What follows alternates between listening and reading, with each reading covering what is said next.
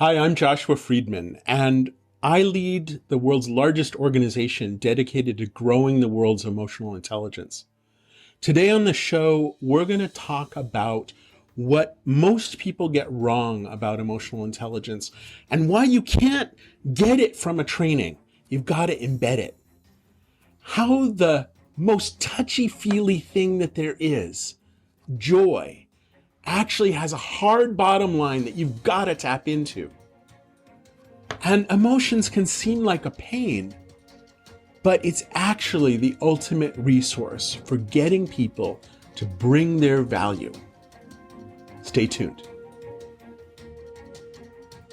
Welcome back to part 2 of our delicious conversation with the co-founder of 6 Seconds, Joshua Freedman.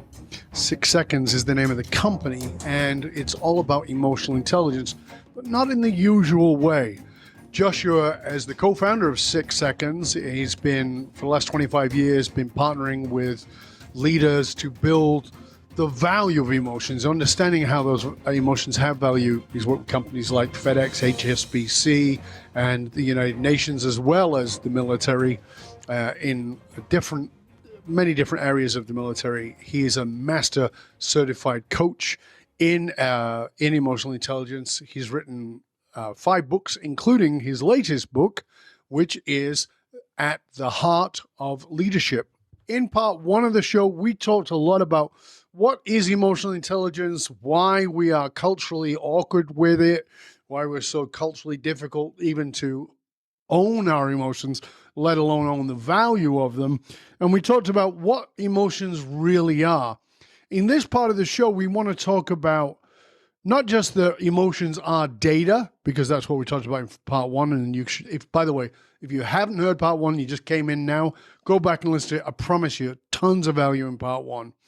But here we want to look a little bit deeper at the value of emotions in organizations, because so much of the way we see emotions is like it's that creepy stuff we have to push off to the side because we've got to make big decisions here, and we have to take care of the bottom line, and it's strategic decision making, et cetera, et cetera.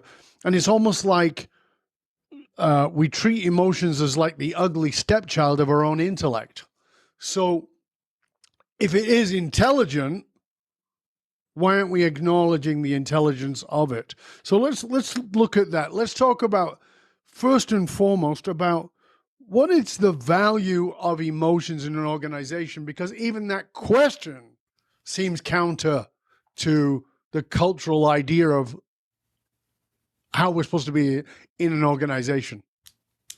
Well, I think sales is a great place to talk about this. Mm-hmm. So if you're in charge of sales for an organization, do you care if people trust your salespeople? Mm-hmm. And do you care if they trust your brand? Of course. And trust is an emotion. Of course. If you're trying to get investors, do you want those investors to leave their emotions out of it? Because if you want your investors to leave your emotions out of it, you are stuffed. Because we make decisions based on emotion, and then we justify them with reason. If you're concerned about employee turnover, employee engagement, customer relationships, collaboration, problem solving, Dove, we've said leave emotions out of it, and people have left emotions out of it, and now we don't have loyalty, we don't have wonder, we don't have delight, we don't have innovation, we don't have creativity, we don't have trust. Leave emotions out of it. It's the stupidest advice I've ever heard. But it's still prevalent. It's because we are afraid of emotion. You and I both agree to the nth degree on this. It's right? Because we are afraid of You can't have a sale without trust, right? You can't have any of these things without emotions. And as you and I talked about, emotion is first and foremost. It is before anything else. As I talk about, we have rational lies, which means we rationalize our lies about the fact that we already made the decision emotionally, right? I get that. You get that. But everybody's still trying to, let's not be emotional about this. What else is there, is my argument. Yeah. And I think for quantitative leaders, and let's face it, most people who are leading in organizations have a lot of training as engineers, as lawyers, really develop this quantitative intelligence. We need to be able to graph it. Mm. We need to be able to measure it. We need to be able to quantify it. So, for example, we measure in teams and organizations the level of trust. And I can tell you that when trust is low, performance is low. And organizations that are high in trust are 10 to 25 times as likely to have high performance outcomes. Mm-hmm. What's even more interesting to me, we just published a new set of findings about teams over the last 3 years. And we found that there's certain ingredients that are driving trust and driving organizational performance as a result. And this is going to sound so touchy-feely to some people, but the number one factor in our research is joy. Mm. And so now you are definitely in the woo-woo factor, right? Because joy is like, it's one of those things, it's like the ultimate in nebulous. Like, I say to people all the time, happy is a transitional feeling. I tickle you, you're happy, it stops, right? I stop tickling you, stop feeling happy. Joy is something very different. And the people go, well, what the hell is joy? So walk us into that, because joy and leadership or joy and business, we don't run Disneyland, dude. Come on. Yeah. And how many people, you walk around your organization and you say, be honest, do you hate your job? Right? And we know from 20 years of Gallup's research, we know that approximately half of them, if they're honest, are going to say, yeah, I hate my job. And how much energy are they bringing? How much, they're like, they've become vampires. Yes. And, or it's a mutual vampire. I don't know. But right. The life is getting sucked out of people, and that lifeblood is spilling all over the floor, and you're not getting value. And that is a miserable way to live. And if you're leading an organization like that, it's time to wake up and just get real. Stop wasting people's lives. All right, let's get practical on that then. So let's say somebody's listening to this. They go, all right, this is a bit much for me, but all right, I'll believe you, right? Joy is the number one thing. How do I create more joy here? What do I do? Like we did the foosball games. We've got the cushions. We've got the cappuccino machine. How much joy can you have? What are we supposed to do? Put laughing gas through the place? Like, what do we do? Yeah, and that's a huge and common misunderstanding, that foosball tables are things. Joy is an emotion. And things are not what really produce emotions. Relationships, people are what produce emotions. So meaning and connection, doing work that you feel like matters with people you trust. That's what we're wired for. Yep. You go back, a million years, and you say, people are thriving when they get together and bring down that tiger, right? Yep. Bring down lunch. And they do it together, and they do something that they couldn't do by themselves, and they feel safe with each other. They're taking care of each other. And that is what produces joy. And joy is a kind of state of upliftment, and everyone knows what it is. Mm-hmm.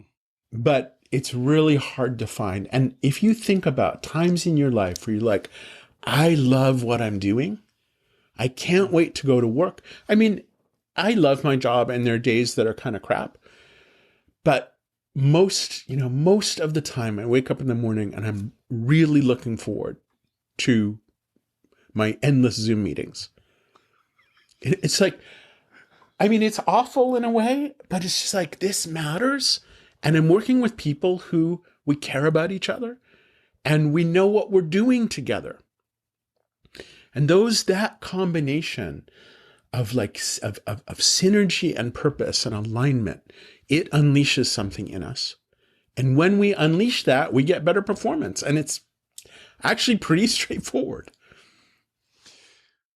Yeah, I couldn't agree more around the meaning and connection. One of the things that, I've been saying about since the post-pandemic thing is that the pandemic made it really clear to people who were ignoring it or forcing themselves to ignore it that relationships, connection is vital.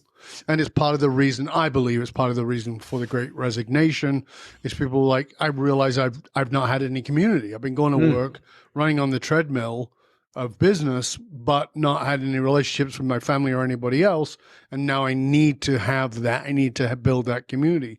And in my last book, Fiercely Loyal, one of the things I talked about was if you're going to build a business, you must build a community around it. Now what I'm saying to people is this, to the leaders I'm guiding, Fortune 100s, I'm saying build a community and put a business in it, not the other way around. Community has to be first now.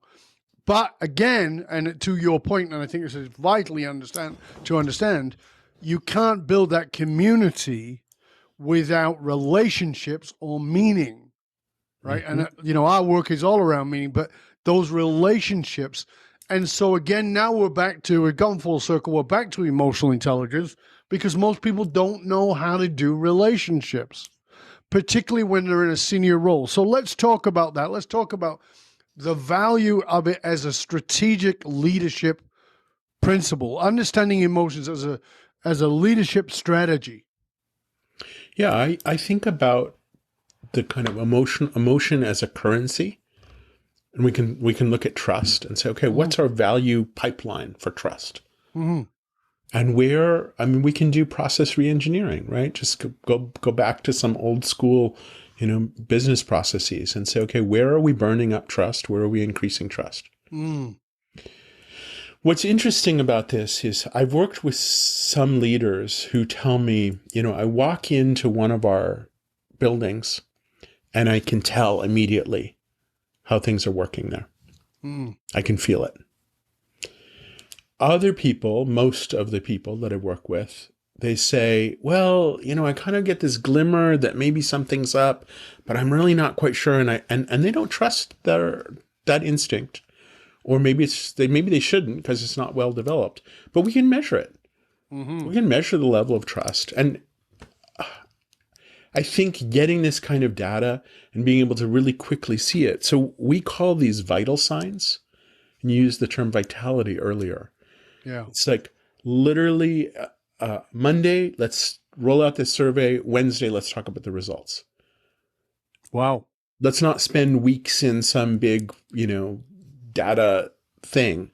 Let's just get the pulse and kind of understand where is trust right now. And that gives us ability to start putting this data on the dashboard. But I was thinking about this earlier, and one of the realizations that I had is looking at the case study library that we have.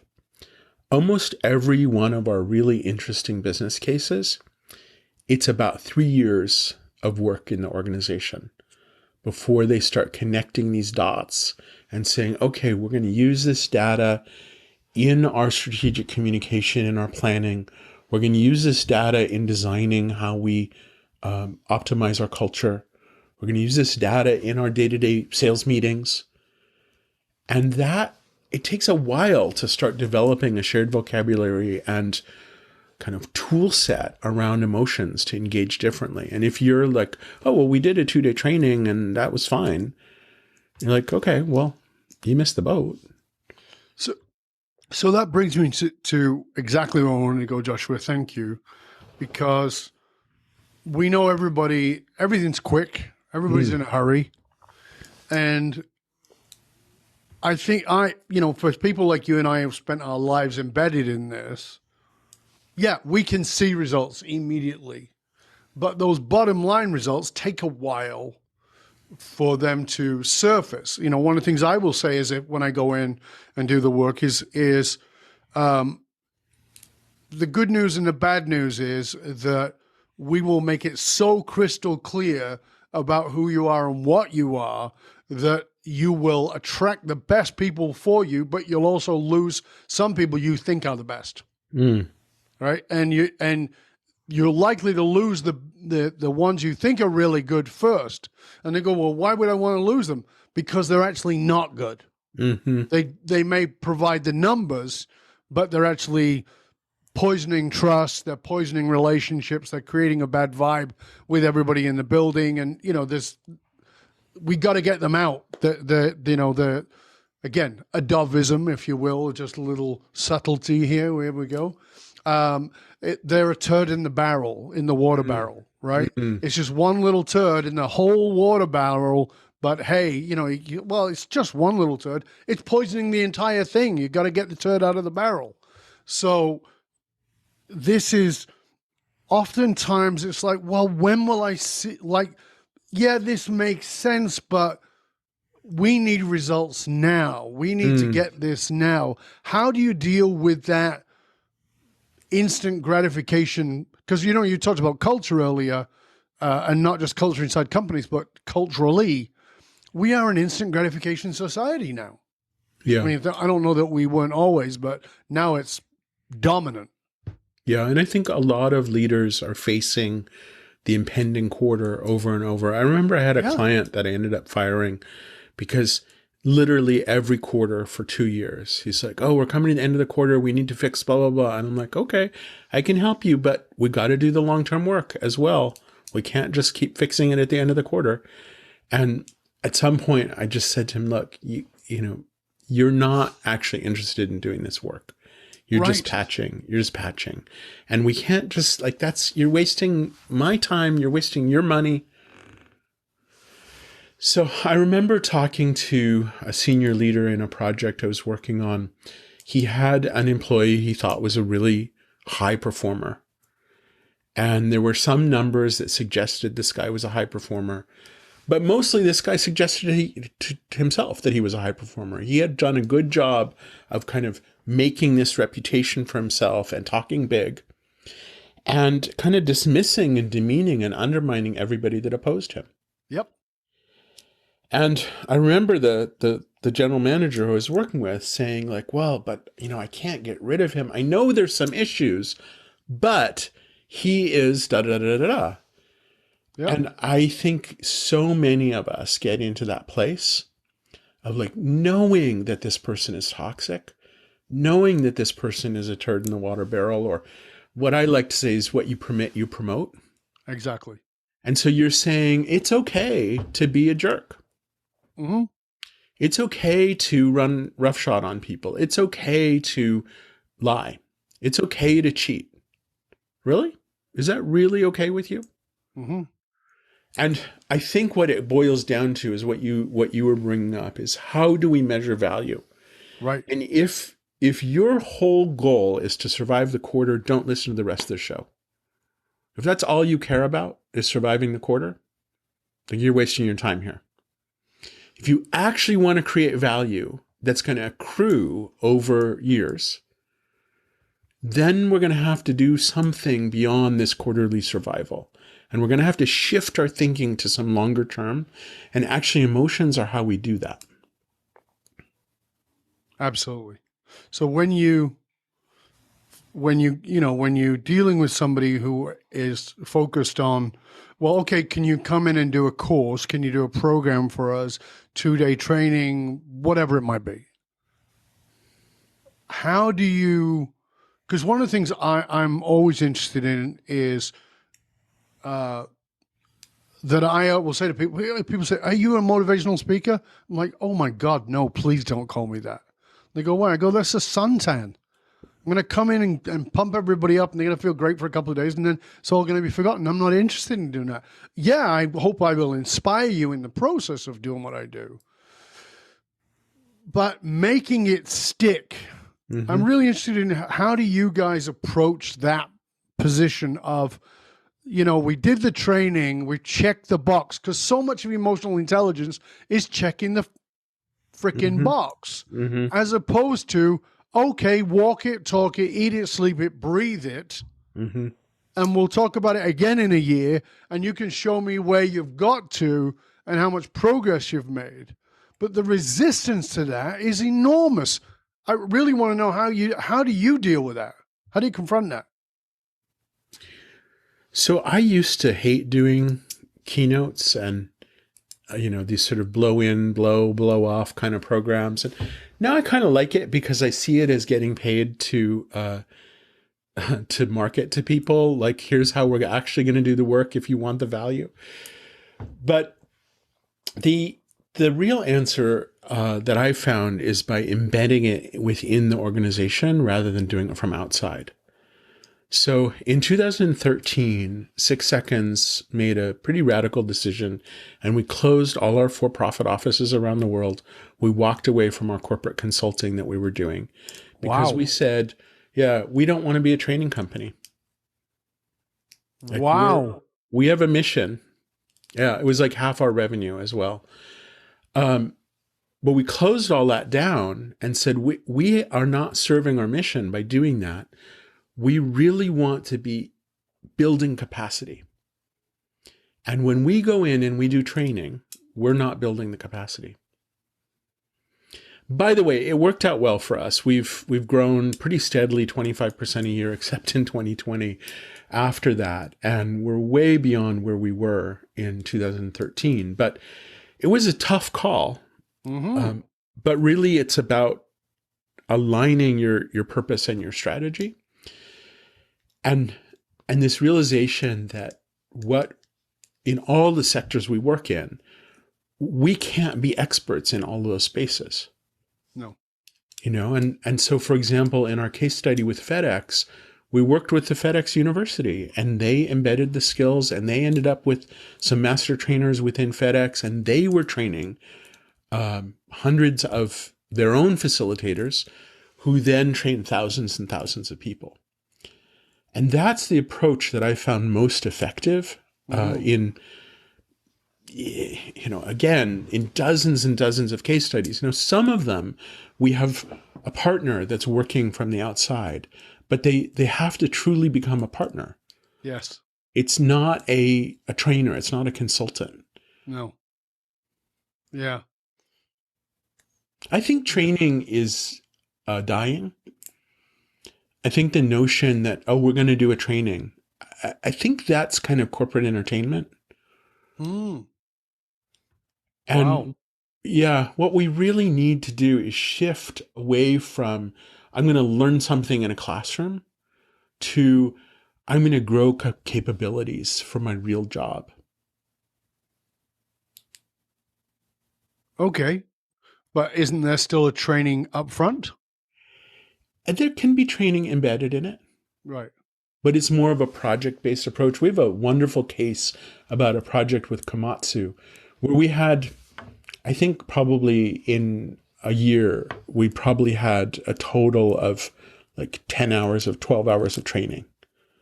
Right. But almost all of it was facilitating project work, where managers took on a challenge. It was voluntary, but 100% of the managers in this factory decided to join. And they had a challenge to create value for people through people. Mm. And then our facilitators worked with them to support them on coming up with ideas and refining them, prototyping, and then implementing their own ideas of how to create value for people through people. And it resulted in 100% increase in engagement. Fantastic. I mean, I love that your approach is so vastly different than traditional emotional intelligence training, than traditional even training, just period. I mean, it's just so great. I think I'm an educator. When you fill in the customs form and it's like, what is your job? I still write educator. And it's been a long time since, I'm now a professor, adjunct, seventh from the left, but I still see myself as an educator. And I grew up in a world of project-based education, where we would say to our students, okay, we're going to learn something about it, and you're going to go do something in the real world. And I think that is kind of coming full circle for me in the work that we're doing with organizations. And so we're moving much more into partnerships, where we collaborate with an organization so that they do the work and we become allies to provide methods and tools and embed the capability inside the organization.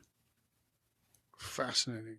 So with all that being said, and, you know, of course, you're besides anything else, you're a massive research organization. What do you see as the future of leadership? Because leadership has definitely taken a hit. You know, we are more divergent than we've ever been. People are at each other's throats. They're caught, you know, they're left, they're right, whatever it is. And, you know, leaders are having to deal with that too, because now their teams are left and right, and that idea of being separate. What do you see as the future of leadership? In our book, The Vital Organization, we talked about some shifts, and one of them is the shift from demanding to earning trust. So the old school story is like, we're the big company, you work for us, you just have to trust us. And you would literally hear, you know, CEOs get on, and, you know, back then it was on TV, right? You know, and like, well, you know, trust us. We've been around for 100 years. You can trust us. Right? We've been ripping you off for 100 years, but that's besides the point. Minor detail. So I think what we're seeing is increasingly, as employees, we're saying, why am I going to give you my life? Why am I going to give you my energy? Why am I going to give you my spirit? Why am I going to give you like myself? And some companies are like, well, we'll pay you. Like, no, that's not enough. No. There are a lot of people who pay me. Like, I want something more. Are you going to earn my trust? And I think a lot about being a leader worth following. And you say, one of my friends from FedEx used to say, what do you call a leader with no followers? A guy going for a walk.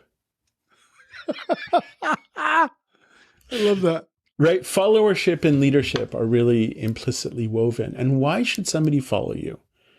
Forget your job title, forget your business card, forget your brand reputation, just you. Why should somebody follow you? And are you going anywhere worthwhile? Yeah, it's a very, very good point. I think the future of leadership is about, you said it earlier, it's about community.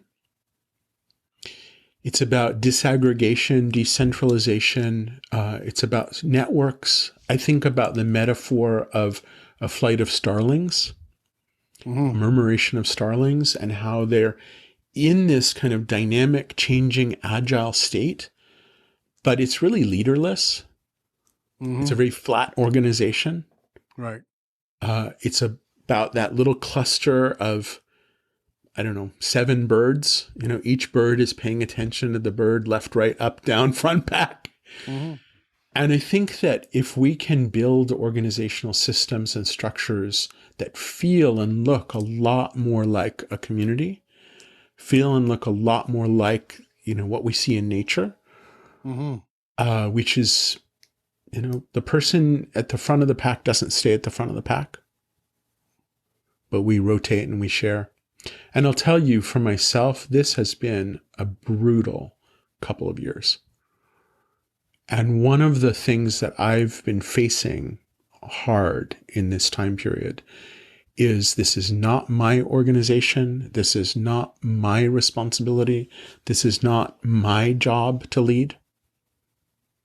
This is a large group of people. And I think that is a huge gift. I mean, I've experienced it as a huge gift when I've had colleagues look me in the eye and say, Josh, you don't have to do this yourself. But it's also recognizing that's also about me stepping back and creating more space for more leaders. Is that what keeps you going when it's shitty, when it's tough? What keeps me going when it's shitty is I get on a Zoom with people from all over the world, And I see people checking in from literally 20 countries and saying, oh, it's so good to be with 6 Seconds people. And just that brings tears to my eyes. Community.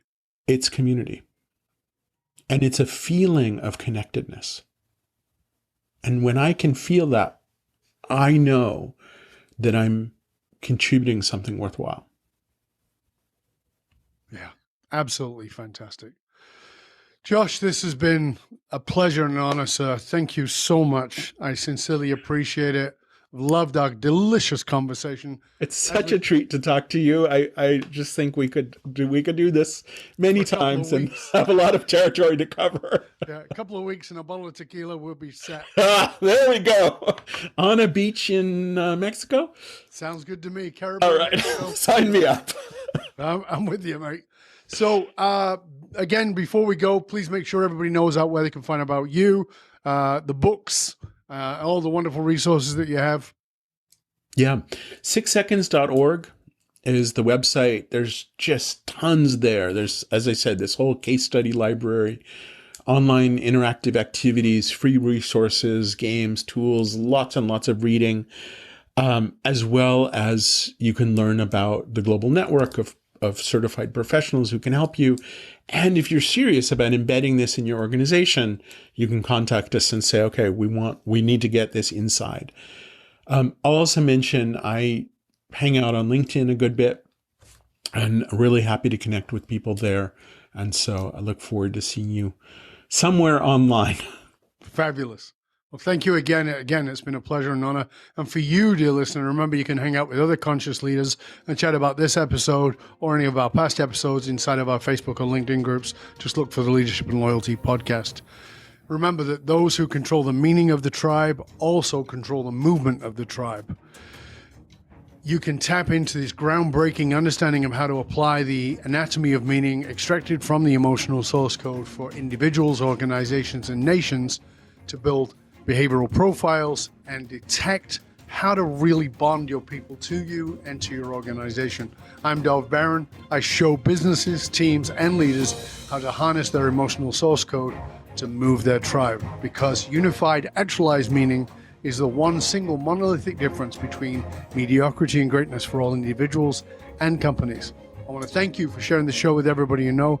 Till next time, stay curious, my friends. Stay curious about the deep value of the emotions, not only of yours, but of everybody in your organization, and how those emotions are actually at the source of the community that is your business. I'm Dov Barron. I'm here to assist you tapping into your deepest meaning to reach that next level of clarity, focus, purpose, and profit in your business, your life, and your leadership impact. And I am out.